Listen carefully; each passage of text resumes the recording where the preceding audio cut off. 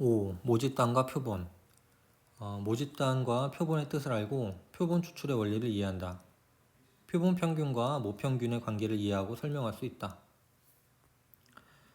어느 양식장에서 키우고 있는 물고기의 무게를 조사하려고 한다. 모든 물고기를 조사하는 것과 시간이 오래 걸리니까 10마리만 잡아서 조사해보자. 이렇게 얘기했어요. 그러면 모든 물고기를 조사하는 것은 우리가 전수조사라고 합니다. 그리고 일정한 표본을 뽑아서 조사하는 것을 표본조사라고 하죠.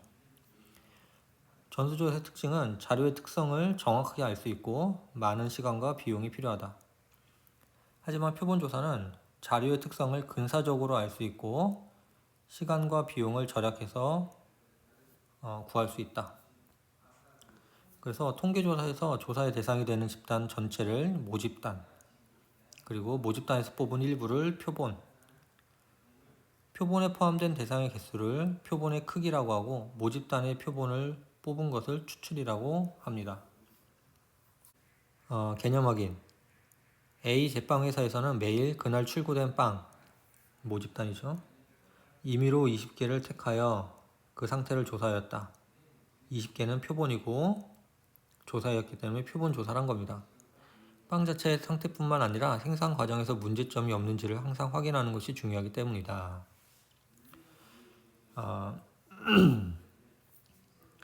투표한 유권자에 대한 출구조사는 표본이죠. 표본 조사를 한 거고, 어느 고등학생의 체험학습 참여 희망조사, 고등학교 학생의 전부조사이기 때문에 전수조사가 됩니다. 표본조사의 목적은 표본에서 얻은 정보를 바탕으로 모집단의 특성을 알아내는 것이므로 모집단의 특성이 잘 반영되도록 표본을 뽑아야 한다. 즉, 추출되는 표본의 모집단의 어느 한 부분에 편중되지 않아야 한다. 이것을 위해 모집단의 각 대상에 표본이 포함될 확률이 동일하게 되므로 표본을 추출하는 방법을 임의 추출이라고 한다.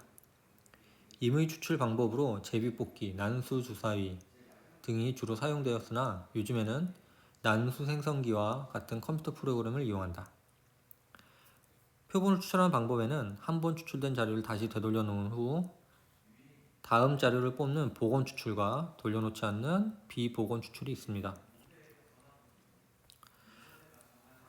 개념 확인 한번 볼게요. 우리 학교 학생들이 가장 좋아하는 스포츠 종목을 알려면 어떻게 해야 할까? 스포츠 동아리에 속한 학생들을 대상으로 조사합니다. 남학생들만 조사합니다. 난수생성 앱을 이용해서 나온 번호의 학생들을 대상으로 조사해 봅니다. 가은이의 의견이 합리적입니다. 조사 대상이 어떤 특정 집단에 편중되지 않도록 뽑아야 하기 때문입니다. 그렇게 표본 평균의 분포는 어떻게 될까?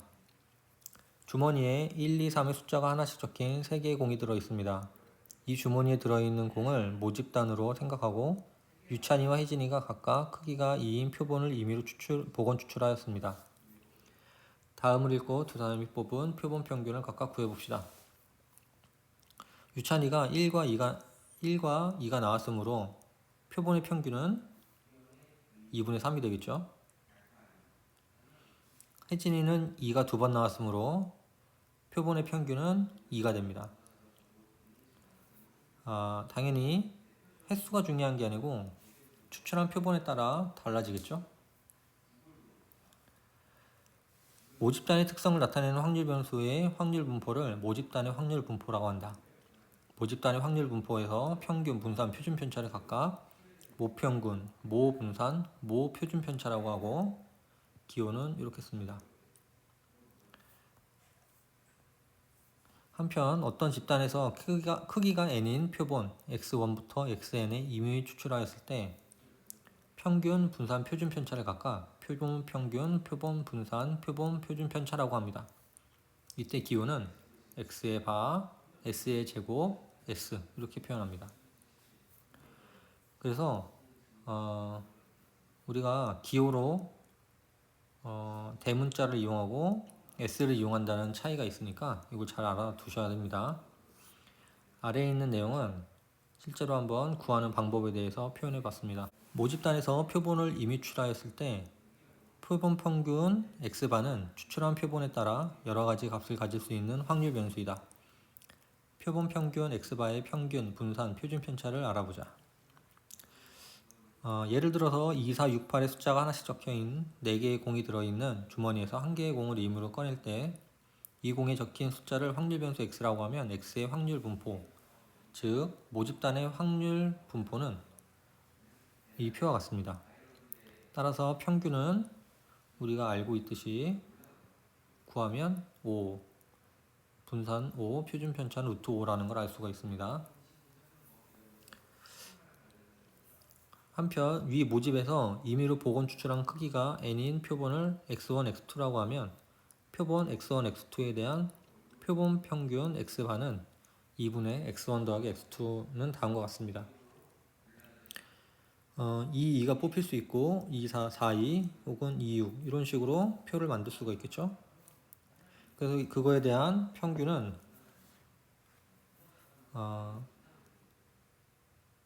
각각을 이제 표로 확률 분포표로 만든 거죠.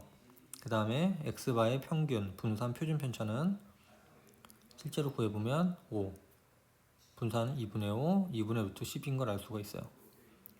결과적으로 평균은 모평균이나 표본 평균은 같다는 걸 알 수가 있습니다. 분산도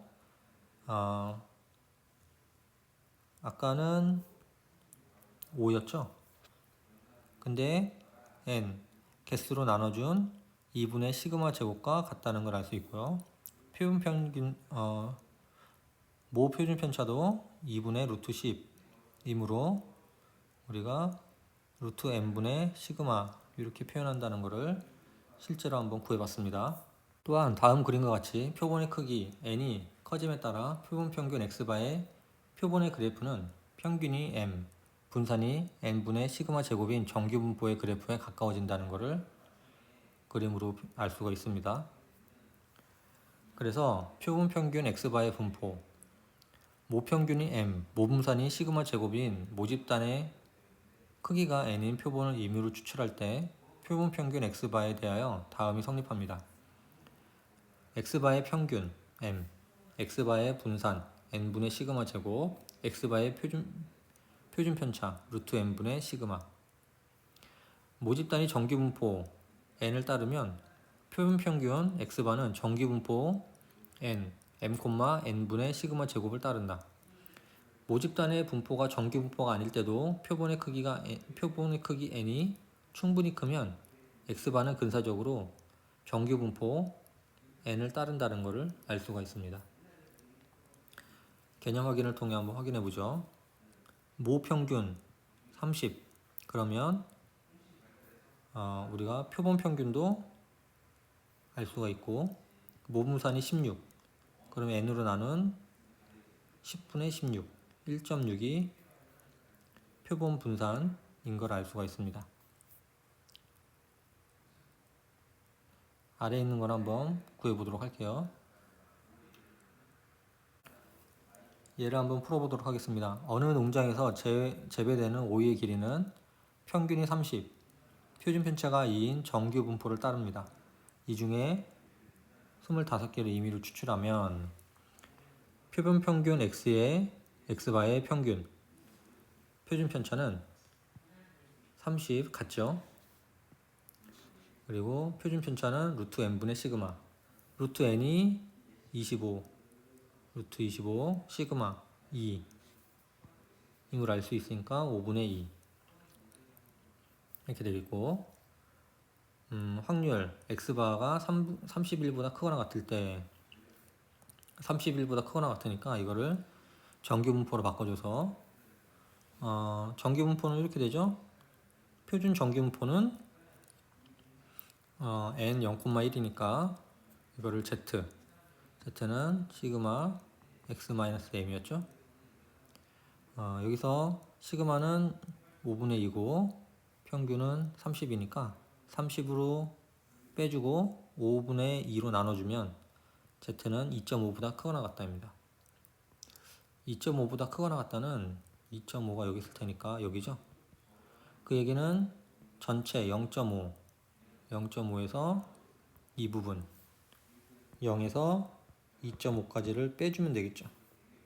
0.5에서 확률 0에서 2.5 사이의 확률을 빼준다.